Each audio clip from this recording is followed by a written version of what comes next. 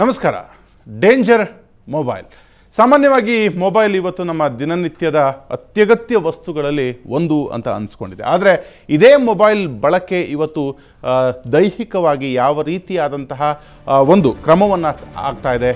ಈ ಮೊಬೈಲ್ ಬಳಕೆಯಿಂದ ನಮಗೆ ಸಾಮಾನ್ಯವಾಗಿ ಕೆಲವು ಕಾಯಿಲೆಗಳು ಕೂಡ ಕಾಣಿಸ್ಕೊಳ್ತಿದೆ.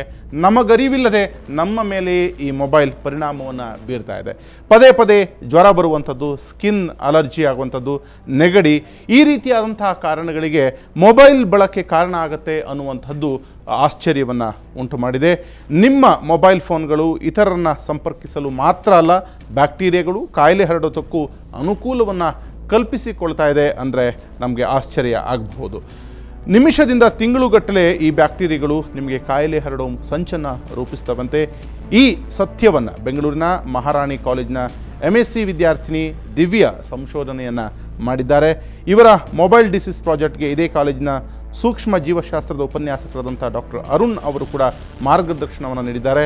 ಇವರಿಬ್ಬರ ಈ ಒಂದು ಸಂಶೋಧನೆಯಿಂದ ಹೊರಬಂದಂಥ ಸತ್ಯ ಅಂದರೆ ಇದರಲ್ಲಿ ಸಾಕಷ್ಟು ರೀತಿಯಾದಂಥ ಬ್ಯಾಕ್ಟೀರಿಯಾಗಳು ನಮ್ಮ ದೇಹವನ್ನು ಪ್ರವೇಶಿಸಿ ನಮಗೆ ಕೆಲವು ಅಲರ್ಜಿಯಂತಹ, ನೆಗಡಿಯಂತಹ, ಕೆಮ್ಮಿನಂತಹ ಸೋಂಕು ಕಾಯಿಲೆಗಳನ್ನು ಬರುವಂತಹ ಎಲ್ಲ ರೀತಿಯಂತಹ ಸಾಧ್ಯತೆಗಳೇ ಇದೆ ಅಂತ. ಹಾಗಿದ್ರೆ ಈ ಮೊಬೈಲನ್ನು ನಾವು ಹೇಗೆ ಬಳಸಬೇಕು? ಸಾಮಾನ್ಯ ಮೊಬೈಲ್ ಇಲ್ಲದೆ ಬದುಕನ್ನು ಕಲ್ಪಿಸಿಕೊಳ್ಳಲಿಕ್ಕೆ ಸಾಧ್ಯ ಇಲ್ಲ. ಇವೆಲ್ಲವೂ ಗೊತ್ತಿದ್ದು ಕೂಡ ಮೊಬೈಲನ್ನು ನಾವು ಹೇಗೆ ಬಳಸ್ಬೋದು, ಇದ್ರ ಬಗ್ಗೆ ಈ ಹೊತ್ತಿಗೆ ಚರ್ಚೆಯನ್ನು ಮಾಡ್ತೀವಿ. ಎಸ್, ಮೊಬೈಲ್ನ ತರಂಗಗಳಿಂದ ನಮಗೆ ಒಂದಷ್ಟು ಕಾಯಿಲೆಗಳು ಅಥವಾ ಮಾರಕವೆನಿಸುವಂತಹ ಕೆಲವು ಪ್ರಬಲವಾದಂಥ ಕಾಯಿಲೆಗಳು ಬರುತ್ತೆ ಅಂತ ನಾವು ಕೇಳ್ಪಟ್ಟಿದ್ದೀವಿ. ಆದರೆ ಮೊಬೈಲ್ ಬಳಕೆಯಿಂದನೂ ಕೂಡ, ಅಂದರೆ ಅದರ ಬಳಸುವ ರೀತಿಯಲ್ಲಿಯೂ ಕೂಡ ನಮಗೆ ಕೆಲವು ಕಾಯಿಲೆಗಳು ಬರುತ್ತೆ ಅನ್ನುವಂಥದ್ದು ಈಗ ಸಂಶೋಧನೆಯಿಂದ ಬಯಲಾಗಿದೆ. ಹಾಗಿದ್ರೆ ಈ ಸಂಶೋಧನೆ ಎಂತಹದ್ದು, ಈ ಸಂಶೋಧನೆಯಿಂದ ಪತ್ತೆಯಾಗಿರುವುದು ಏನು ಅನ್ನೋದನ್ನು ತಿಳಿಸ್ಕೊಡೋದಕ್ಕೆ ಮಹಾರಾಣಿ ಮಹಿಳಾ ವಿಜ್ಞಾನ ಕಾಲೇಜಿನ ಉಪನ್ಯಾಸಕರಾದಂಥ ಡಾಕ್ಟರ್ ಅರುಣ್ ಮಥಾಯ್ ನಮ್ಮ ಜೊತೆ ಇದ್ದಾರೆ. ಅರುಣ್ ಅವರ ಕಾರ್ಯಕ್ರಮಕ್ಕೆ ಸ್ವಾಗತ. ಹಾಗೆ ಈ ಒಂದು ವಿಭಾಗದಲ್ಲಿ ಸಂಶೋಧನೆ ಮಾಡಿದಂಥ ವಿದ್ಯಾರ್ಥಿನಿ ದಿವ್ಯಾ ಕೂಡ ನಮ್ಮ ಜೊತೆ ಇದ್ದಾರೆ. ದಿವ್ಯಾ, ಕಾರ್ಯಕ್ರಮಕ್ಕೆ ಸ್ವಾಗತ. ಮೊಬೈಲ್ನ ರೇಡಿಯಸ್ಸಿಂದ, ತರಂಗಗಳಿಂದ ನಮಗೆ ಮೆದುಳಿಗೆ ಸಮಸ್ಯೆ ಆಗುತ್ತೆ, ನಮ್ಮ ಜ್ಞಾಪಕ ಶಕ್ತಿ ಲಾಸ್ ಆಗುತ್ತೆ. ಇವನ್ನೆಲ್ಲ ನಾವು ಭಾಳ ಹಿಂದೆ ಕೇಳಿದ್ದೀವಿ. ಆದರೆ ಮೊಬೈಲ್ ಬಳಕೆಯಲ್ಲಿಯೂ ಕೂಡ ಕೆಲವು ಸೂಕ್ಷ್ಮ ಬ್ಯಾಕ್ಟೀರಿಯಾಗಳು ನಮ್ಮ ದೇಹವನ್ನು ತಲುಪುತ್ತೆ ಅನ್ನೋದು ಈ ಸಂಶೋಧನೆ. ನಿಮ್ಮ ಸಂಶೋಧನೆ ಏನು, ಇದರಿಂದ ಹೊರಬಂದಂಥ ಸತ್ಯ ಏನು ಅಂತ? ಕೆಲವಲ್ಲ, ತುಂಬಾ ಬ್ಯಾಕ್ಟೀರಿಯಾಗಳಿದ್ದಾವೆ. ನಾವು ಮೊಬೈಲ್ನ ಯೂಸ್ ಮಾಡ್ತೀವಿ, ಪಾಕೆಟಲ್ಲಿ ಹಾಕ್ತೀವಿ, ಪರ್ಸ್ ಒಳಗೆ ಹಾಕ್ತೀವಿ, ಬೆಡ್ ಮೇಲೆ ಒಗಸ್ತೀವಿ, ಟಾಯ್ಲೆಟಿಗೆ ಹೋದಾಗ ಸರಿಯಾಗಿ ಕೈ ತೊಳೆಯೋದಿಲ್ಲ, ಸೋಪ್ ಇಟ್ಕೊಂಡು ತೊಳೆಯೋದಿಲ್ಲ, ಮತ್ತೆ ಬಂದು ಮೊಬೈಲ್ ಯೂಸ್ ಮಾಡ್ತೀವಿ. ಈಗ ಟಚ್ ಸ್ಕ್ರೀನ್ ಮೊಬೈಲ್ ಇರೋದ್ರಿಂದ ಯಾವಾಗಲೂ ಹೀಗೆ ಮಾಡ್ತಾ ಇರ್ತೀವಿ. ಹೌದು, ಬೆರಳಲ್ಲಿರೋದು ಮೊಬೈಲ್ ಸ್ಕ್ರೀನ್ ಮೇಲೆ ಹೋಗುತ್ತೆ, ಬಾಯಲ್ಲಿರೋದು ಮೊಬೈಲ್ ಸ್ಕ್ರೀನ್ ಮೇಲೆ ಹೋಗುತ್ತೆ. ಊಟ ಮಾಡಬೇಕಾದ್ರೆ ಕೆಲವು ಸತಿ ಕೈ ಯೂಸ್ ಮಾಡ್ತೀವಿ, ಊಟದಿಂದನೂ ಅಲ್ಲಿಗೆ ಹೋಗುತ್ತೆ. ಈ ಬ್ಯಾಕ್ಟೀರಿಯಾಗಳು ಮೊಬೈಲ್ ಮೇಲೆ ಒಂದ್ಸತಿ ಬಂದ ಮೇಲೆ ತಿಂಗಳಾನುಗಟ್ಟಲೆ ಅಲ್ಲಿಗೆ ಏನೂ ಇಲ್ಲದೇ ಒಣ ಕಂಡೀಷನ್ಸ್ಗಳಲ್ಲಿ ಇರಲಿಕ್ಕೆ ಅವಕ್ಕೆ ಶಕ್ತಿ ಇದೆ. ಹಾಗಾಗಿ ಏನಾಗ್ತದೆ, ಒಬ್ಬರಿಂದ ಒಬ್ಬರಿಗೆ ಅಥವಾ ಮೊಬೈಲಿಂದ ಬಳಸುವ ವ್ಯಕ್ತಿಗೇ ಇನ್ಫೆಕ್ಷನ್ಸ್ ಬರೋ ಚಾನ್ಸಸ್ ಇರ್ತದೆ. ಓಕೆ, ಇನ್ಫೆಕ್ಷನ್ಸ್ ಆಗುವಂತಹ ಸಾಧ್ಯತೆಗಳಿದೆ ಅಂತ ಯಾವ ರೀತಿಯಾದಂಥದ್ದು ಬಗ್ಗೆ ನಾನು ನಿಮ್ಮ ಜೊತೆ ಮಾತಾಡ್ತೀನಿ. ದಿವ್ಯಾ, ಈ ಒಂದು ಸಂಶೋಧನೆ ಮಾಡಬೇಕು ಅಂತ ಅನಿಸಿದ್ದು ಯಾಕೆ, ಮತ್ತು ಇದರಲ್ಲಿ ಸಂಶೋಧನೆಗೆ ಇಳಿದಾಗ ನಿಮಗೆ ಕಂಡಂಥ ಸತ್ಯ ಅಂತದ್ದು? ಇದು ಪ್ರಾಜೆಕ್ಟ್ ಮಾಡಬೇಕು ಹಂಗನ್ಬಿಟ್ಟು ಹೇಳ್ಬಿಟ್ಟು, ಈಗ ಮೊಬೈಲ್ ಬಂದು ಎಲ್ಲರೂ ತುಂಬಾ ಯೂಸ್ ಮಾಡ್ತಾರೆ ಮೊಬೈಲ್. ಈ ಮೊಬೈಲ್ ಮೇಲೆ ಯಾವುದನ್ನು ಪ್ರಾಜೆಕ್ಟ್ ಮಾಡಬೇಕು ಹಂಗನ್ಬಿಟ್ಟು ಹೇಳ್ಬಿಟ್ಟು ಸರ್ ಐಡಿಯಾ ಮೇಲೆ ಅವ್ರ ಜೊತೆ ಅವ್ರ ಐಡಿಯಾ ತೊಗೊಂಡು ಮಾಡಿದ್ದು. ಅವ್ರ ಐಡಿಯಾ ತೊಗೊಂಡು ನೀವು ಈ ಸಂಶೋಧನೆಯನ್ನು ಮಾಡಿದ್ರೆ. ಸಹಜವಾಗಿ ಎಲ್ಲರೂ ಕೂಡ ಮೊಬೈಲನ್ನು ಬಳಸ್ತೀರಿ, ನೀವು ಕೂಡ ಮೊಬೈಲನ್ನು ಬಳಸ್ತೀರಿ. ಈಗಾಗಲೇ ಹೇಳಿದ್ರು, ಮೊಬೈಲ್ ಬಳಸೋದ್ರಿಂದ ಈ ರೀತಿಯಾದಂಥ ಬ್ಯಾಕ್ಟೀರಿಯಾಗಳು ನಮ್ಮ ದೇಹವನ್ನು ಪ್ರವೇಶಿಸುತ್ತೆ. ತಿಂಗಳಾನುಗಟ್ಟಲೆ ಮೊಬೈಲ್ನಲ್ಲಿಯೇ ಅದು ಒಣ ಪರಿಸರದಲ್ಲಿಯೇ ಜೀವಿಸಬಲ್ಲಂಥ ಶಕ್ತಿಯನ್ನು ಹೊಂದಿದೆ ಅಂತ. ತದನಂತರ ನಿಮಗೆ ಬೆಳಕಿಗೆ ಬಂದಿದ್ದು ಯಾವುದು, ಯಾವೆಲ್ಲ ಬ್ಯಾಕ್ಟೀರಿಯಾಗಳು ಇದರಲ್ಲಿ ಇರುತ್ತೆ, ಇದರಿಂದ ಯಾವೆಲ್ಲ ಕಾಯಿಲೆಗಳು ಸಾಮಾನ್ಯವಾಗಿ ಮನುಷ್ಯರಿಗೆ ಬರ್ಬೋದು ಅಂತ? ಇದರಲ್ಲಿ ತುಂಬಾ ಬ್ಯಾಕ್ಟೀರಿಯಾಸ್ಗಳಿದೆ. ಅದು ಒಂದಲ್ಲ ಎರಡಲ್ಲ, ಹೆಚ್ಚು ಬ್ಯಾಕ್ಟೀರಿಯಾಗಳಿದೆ.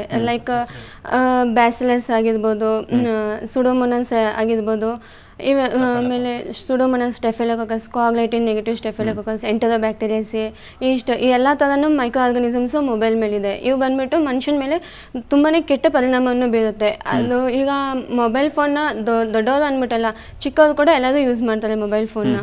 ಅದರಿಂದ ತುಂಬಾ ಎಫೆಕ್ಟಿವ್ ಅಂದರೆ ತುಂಬಾ ಇಲ್ನೆಸ್ ಇದೆ ಅವ್ರಿಗೆ. ಸೊ ಈ ಥರದ ಸಮಸ್ಯೆ ಬರುತ್ತೆ ಅಂತ. ಅರುಣ್ ಅವರೇ, ಸಾಮಾನ್ಯವಾಗಿ ಇಂತಹ ಬ್ಯಾಕ್ಟೀರಿಯಾಗಳು ತರುವಂಥ ಕಾಯಿಲೆಗಳು ಎಂಥವು? ಈಗ ಸ್ಕಿನ್ ಇನ್ಫೆಕ್ಷನ್ಸ್ ಬರುತ್ತೆ, ಮುಖದ ಹತ್ರ ತುಂಬ ಹತ್ತಿರ ಯೂಸ್ ಮಾಡೋದ್ರಿಂದ ಪಿಂಪಲ್ಸ್ ಇದ್ದರೆ ಪಿಂಪಲ್ಸ್ ಕಂಟಾಮಿನೇಟ್ ಆಗಿಬಿಟ್ಟು ಅದು ಕೀವು ಬರೋಕ್ಕೆ ಶುರು ಮಾಡಿ ಅದೇ ಇನ್ಫೆಕ್ಷನ್ ಜಾಸ್ತಿ ಆಗುತ್ತೆ.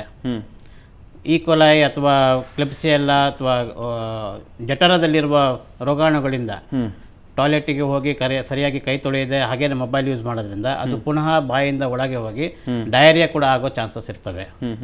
ಮೇನ್ಲಿ ನಮ್ಮ ಕೆಲಸದಲ್ಲಿ ನಮ್ಮ ಸಂಶೋಧನೆಯಲ್ಲಿ ಏನು ಫೈಂಡ್ ಔಟ್ ಮಾಡಿದ್ದೀವಿ ಅಂದರೆ ಈ ಬ್ಯಾಕ್ಟೀರಿಯಾಗಳು ಆಂಟಿಬಯೋಟಿಕ್ಗಳಿಗೆ ರೆಸಿಸ್ಟೆಂಟ್ ಆಗಿದೆ.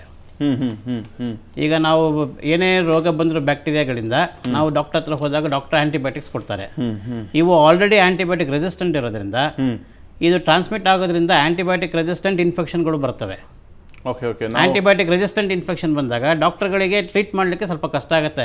ಆಂಟಿಬಯೋಟಿಕ್ ಟ್ಯಾಬ್ಲೆಟ್ ಕೊಟ್ಟಾಗಲೂ ಕೂಡ ಅದು ವರ್ಕ್ ಆಗೋದಿಲ್ಲ. That is the highlight of the story. ಆದರೆ ಸಾಮಾನ್ಯವಾಗಿ ನಾವು ರೆಗ್ಯುಲರ್ ಆಗಿ ಫೋನನ್ನು ಪ್ರತಿಯೊಬ್ಬರು ಇವತ್ತು ಯೂಸ್ ಮಾಡ್ತಿದ್ದಾರೆ. ನೀವು ನಿಮ್ಮ ಈ ಮಾತುಗಳನ್ನು ಕೇಳಿ ಅವ್ರು ಹೇಳ್ಬೋದು, ನಾವು ತುಂಬ ವರ್ಷದಿಂದ ಯೂಸ್ ಮಾಡ್ತಾ ಇದೀವಿ, ನಮ್ಗೆ ಆ ಥರದ ಯಾವುದೇ ಲಕ್ಷಣಗಳು ಕಂಡು ಬಂದಿಲ್ಲ ಅಂತ. ಯಾರು ಟಾರ್ಗೆಟ್ ಆಗಿರ್ತಾರೆ? ಇಷ್ಟು ಸತಿ ಬಂದಿರೋ ಇದು ಇನ್ಫೆಕ್ಷನ್ಗಳು ಮೊಬೈಲಿಂದ ಅಂತ ಅವ್ರಿಗೆ ಗೊತ್ತಿರೋದಿಲ್ಲ. ಹಾಗಾಗಿ ಜನರಲ್ ಏರಿಂದನೋ ನೀರಿಂದನೋ ಬಂದಿದೆ ಅಂತ ತಿಳ್ಕೊಂಡಿರ್ಬೋದು ಅವರು. ಯಾಕಂದರೆ ಮೊಬೈಲ್ ಯೂಸೇಜ್ ಬರೀ ಫೋನ್ ಮಾಡ್ಲಿಕ್ಕೆ ಮಾತ್ರ ಯೂಸ್ ಮಾಡಲ್ಲ, MMS ಚೆಕ್ ಮಾಡ್ತಾರೆ, SMS ಜಾಸ್ತಿ ಮಾಡ್ತಾರೆ, ಆಮೇಲೆ ಮೊಬೈಲ್ ಗೇಮ್ಸ್ ಆಡ್ತಾರೆ, ಕ್ಯಾಲ್ಕುಲೇಟರ್ ಯೂಸ್ ಮಾಡ್ತಾರೆ. ಈಗ ಎಷ್ಟು ಅಪ್ಲಿಕೇಶನ್ಸ್ ಬಂದಿದ್ದಾವೆ, ಎಲ್ಲ ಅಪ್ಲಿಕೇಶನ್ಸ್ ಯೂಸ್ ಮಾಡ್ತಾರೆ. ಹೌದು. ಹಾಗಾಗಿ ಬರೀ ಫೋನ್ ಒಂದೇ ಅಲ್ಲ, ಮೊಬೈಲ್ ಬಳಕೆ 24 ಅವರ್ಸಲ್ಲಿ ನೀವು ಒಂದು ಸ್ಟಡಿ ಮಾಡಿದರೆ ಇನ್ನೂ ಜಾಸ್ತಿನೇ ಯೂಸೇಜ್ ಆಗಿರುತ್ತೆ. ಹೌದು. ಹಾಗಾಗಿ ಬ್ಯಾಕ್ಟೀರಿಯಾಗಳು ಮೊಬೈಲ್ ಮೇಲೆ ಕೂರುವಂಥ ಪ್ರಮೇಯಗಳು ಜಾಸ್ತಿ ಇದ್ದಾವೆ. ಅಲ್ಲಿಂದ ಮೊಬೈಲಿಂದ ಮತ್ತೆ ವಾಪಸ್ ಇನ್ಫೆಕ್ಷನ್ ಆಗೋದು ಚಾನ್ಸಸ್ಗಳು ತುಂಬ ಇದ್ದಾವೆ. ಮೊಬೈಲ್ ಮೇಲೆ ಬ್ಯಾಕ್ಟೀರಿಯಾಗಳು ಕೂರುವಂಥ ಚಾನ್ಸಸ್ ಜಾಸ್ತಿ ಅಂತ ಹೇಳ್ತೀರಿ, ಹೇಗೆ? ಯಾವ ಕಾರಣದಲ್ಲಿ? ಮೊಬೈಲ್ನಲ್ಲಿ ಸಾಮಾನ್ಯವಾಗಿ ದಿನನಿತ್ಯ ನಾವು ಮೊಬೈಲ್ ಒಂದೇ ಅಲ್ಲ ಬೇರೆಲ್ಲ ವಸ್ತುಗಳನ್ನು ಕೂಡ ಮುಟ್ತಾ ಇರ್ತೀವಿ, ಆದರೆ ಮೊಬೈಲ್ನಲ್ಲಿಯೇ ಆ ಬ್ಯಾಕ್ಟೀರಿಯಾಗಳು ವಾಸವಾಗಿರೋದಕ್ಕೆ ಏನು ಕಾರಣ ಅಂತ? ನಾವು ದಿನ ಬಳಕೆಯಲ್ಲಿ ಉಪಯೋಗಿಸುವ ಎಲ್ಲ ವಸ್ತುಗಳ ಮೇಲೂ ಇರೋ ಹಾಗೆ ಮೊಬೈಲ್ ಮೇಲೂ ಇರ್ತವೆ. ನಾವು ಜನರಲಿ ಏನು ತಿಳ್ಕೊಂತೀವಿ, ಮೊಬೈಲಲ್ಲಿ ಏನೂ ಇಲ್ಲ ಅಂತೇಳಿ ಅದನ್ನು ಎಲ್ಲ ಕಡೆ ಯೂಸ್ ಮಾಡ್ತೀವಿ ನಾವು. ಆದರೆ ಮೊಬೈಲ್ಗಳಿಂದ ಕೂಡ ಬ್ಯಾಕ್ಟೀರಿಯಾಗಳು ಟ್ರಾನ್ಸ್ಮಿಟ್ ಆಗ್ತವೆ ಅಂತ ಈ ಸ್ಟಡಿಯಿಂದ ನಾವು ಜನರಲ್ ಪಬ್ಲಿಕ್ಕಿಗೆ ಹೇಳೋಕ್ಕೆ ಬಯಸ್ಕೊಂಡು ಈ ಸ್ಟಡಿಯನ್ನು ನಾವು ಮಾಡಿರೋದು. ಓಕೆ ದಿವ್ಯಾ, ಡಾಕ್ಟರ್ ಅರುಣ್ ಹೇಳಿದಾಗೆ ಮೊಬೈಲನ್ನು ಕೇವಲ ನಾವು ಫೋನ್ಗೋಸ್ಕರ ಮಾತ್ರ ಬಳಸೋದಿಲ್ಲ, ಅದನ್ನು ಬೇರೆ ಬೇರೆ ಕಾರಣಗಳಿಂದ ಮೆಸೇಜ್ ಕಳ್ಸೋಕೆ ಬಳಸ್ತೀವಿ, ಅದರಿಂದ ಬೇರೆ ಬೇರೆ ಇಂಟರ್ನೆಟ್ ಯೂಸ್ ಮಾಡ್ತೀವಿ. ಮಕ್ಕಳಂತೂ ಹೆಚ್ಚಾಗಿ ಗೇಮ್ಸ್ ಅದರಲ್ಲಿ ಆಡ್ತಿರ್ತಾರೆ. ಈ ಮಕ್ಕಳು ಕೂಡ ಈ ಮೊಬೈಲನ್ನು ಬಳಸೋದ್ರಿಂದ ಈ ರೀತಿಯಾದಂಥ ಅಪಾಯಗಳು ತಪ್ಪುತ್ತೆ. ಮಕ್ಕಳಿಗೆ ಸಾಮಾನ್ಯವಾಗಿ ಹೆಚ್ಚಾಗಿ ಈ ಥರದ ಕಾಯಿಲೆಗಳು ಕಾಣಿಸ್ಕೊಳುತ್ತೆ. ಸಾಮಾನ್ಯವಾಗಿ ಜ್ವರ ಇರ್ಬೋದು, ನೆಗಡಿ, ಕೆಮ್ಮು, ಈ ಥರದ್ದು. ಇದು ಮೊಬೈಲನ್ನು ಬಳಸುವಂಥದ್ದು, ಮಕ್ಕಳ ಕೈಯಲ್ಲಿ ಮೊಬೈಲ್ ಇರುವಂಥದ್ದಕ್ಕೆ ಒಂದು ಪ್ರಮುಖ ಕಾರಣ ಅಂತ ಹೇಳ್ತೀರಾ? ಒಂದು ಪ್ರಮುಖ ಕಾರಣ ಅಂದರೆ ಮೊಬೈಲಲ್ಲಿ ಬಂದ್ಬಿಟ್ಟು ಈಗ ಸಾಮಾನ್ಯವಾಗಿ ಎಲ್ಲ ಥರದ ಅಪ್ಲಿಕೇಶನ್ ಇದೆ. ಅಪ್ಲಿಕೇಶನ್ ಅದು ಮಕ್ಕಳು ಯಾವಾಗಲೂ ಯೂಸ್ ಮಾಡ್ತಾ ಇರ್ತಾರೆ.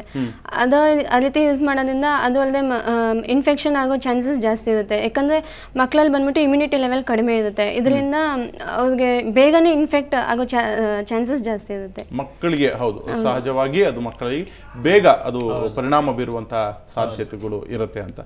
ಹಾಗಿದ್ರೆ ಈ ಒಂದು ಸಂಶೋಧನೆಯಿಂದ ಯಾವೆಲ್ಲ ರೀತಿಯಂಥ ಪ್ರಯೋಜನ ಆಗಬಹುದು ಅಂತ ನೀವೀಗ ಏನು ಸಂಶೋಧನೆ ಮಾಡಿದ್ದೀರಿ, ಈ ಸಂಶೋಧನೆಯಿಂದ ತಿಳಿದುಕೊಳ್ಳಬೇಕಾಗಿದ್ದೇನು ಮತ್ತು ಮೊಬೈಲನ್ನು ಹೇಗೆ ಬಳಕೆ ಮಾಡಬೇಕು ಅಂತ?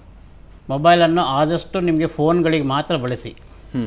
ಅವಶ್ಯಕತೆ ಇಲ್ಲದಾಗ ಅದರಲ್ಲಿ ವಿನಾಕಾರಣ ಆಟ ಆಡೋದು ಅಥವಾ ಚೆಕ್ ಮಾಡೋದು. ಕೆಲವರಿಗೆ ಅದೇ ಒಂದು ರೋಗ, ಮೆಸೇಜ್ ಬಂದಿಲ್ಲ ಅಂದ್ರೂ ತೆಗ್ದು ನೋಡ್ತಾ ಇರ್ತಾರೆ ಯಾವ್ದಾದ್ರು ಮೆಸೇಜ್ ಬಂದಿದೆಯಾ ಅಂತ.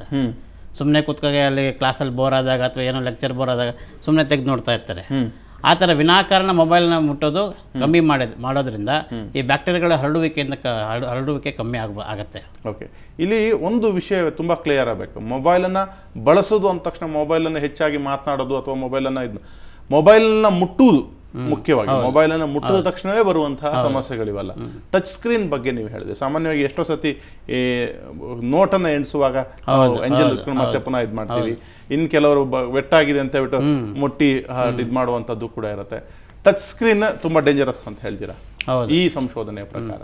ಆ್ಯಕ್ಚುಲಿ ನಾವು 21 ಟಚ್ ಸ್ಕ್ರೀನ್ ಮೊಬೈಲ್ಸ್ ಚೆಕ್ ಮಾಡಿದ್ವಿ. 4 ಬರೀ ಕೀಪ್ಯಾಡ್ ಇರೋ ಮೊಬೈಲ್ ಚೆಕ್ ಮಾಡಿದ್ವಿ. ಅದ್ರ 2 ಇದು ನೋಡಿದಾಗ ಕೈಂಡ್ಸ್ ಆಫ್ ಬ್ಯಾಕ್ಟೀರಿಯಾ ಅಥವಾ ಸ್ಪೀಸೀಸ್ ಆಫ್ ಬ್ಯಾಕ್ಟೀರಿಯಾ ಏನು ಡಿಫ್ರೆನ್ಸ್ ಕಾಣಲಿಲ್ಲ. ಸೊ ಟಚ್ ಸ್ಕ್ರೀನ್ ಈಸಿ ಆಗುತ್ತೆ ವರ್ಷಕ್ಕೆ. ಕೀಪ್ಯಾಡ್ ಮೊಬೈಲ್ನಲ್ಲಿ ಸ್ವಲ್ಪ ಜಾಸ್ತಿ ಜಾಗಗಳಿರ್ತವೆ ಬ್ಯಾಕ್ಟೀರಿಯಾ ಕೂತ್ಕೊಳ್ಳೋಕ್ಕೆ. ಹಾಗಾಗಿ ಕೀಪ್ಯಾಡ್ ಮೊಬೈಲ್ಗಳಲ್ಲಿ ಜಾಸ್ತಿ ಬ್ಯಾಕ್ಟೀರಿಯಾ ಇರುತ್ತೇನೋ, ಟಚ್ ಸ್ಕ್ರೀನಲ್ಲಿ ಕಮ್ಮಿ ಇರುತ್ತೇನೋ ಅಂತ ನಾವು ಸಂಶೋಧನೆ ಮಾಡಿದ್ವಿ. ಆದರೆ ಏನು ಡಿಫ್ರೆನ್ಸ್ ಇಲ್ಲ, 2 ಸೇಮ್ ಇದೆ. ಮತ್ತು ಈಗ ಕೀಪ್ಯಾಡ್ ಮೊಬೈಲ್ ಯೂಸ್ ಮಾಡೋರು ತುಂಬ ಕಮ್ಮಿ. ಟಚ್ ಸ್ಕ್ರೀನ್ ಮೊಬೈಲ್ ಯೂಸ್ ಮಾಡೋರೆ ಜಾಸ್ತಿ. ಮತ್ತು ಟಚ್ ಸ್ಕ್ರೀನ್ ಮೊಬೈಲ್ ಒರೆಸ್ಲಿಕ್ಕೂ ಈಸಿ ಆಗುತ್ತೆ. ಆದರೂ ಆ ಥರ ಒರೆಸೋದ್ರಿಂದನೂ ಬ್ಯಾಕ್ಟೀರಿಯಾಗಳು ಕಮ್ಮಿ ಆಗೋದಿಲ್ಲ. ಓಕೆ ಓಕೆ ಓಕೆ ಓಕೆ ಒರೆಸಿದ್ರೆ ಒಂದು ಒಳ್ಳೆ ಡಿಸ್ಇನ್ಫೆಕ್ಟೆಂಟ್ ಯೂಸ್ ಮಾಡಿಕೊಂಡೇ ಒರೆಸ್ಬೇಕಾಗತ್ತೆ. ಎಸ್, ಇದು ವೆರಿ ಇಂಪಾರ್ಟೆಂಟ್ ವಿಷಯ.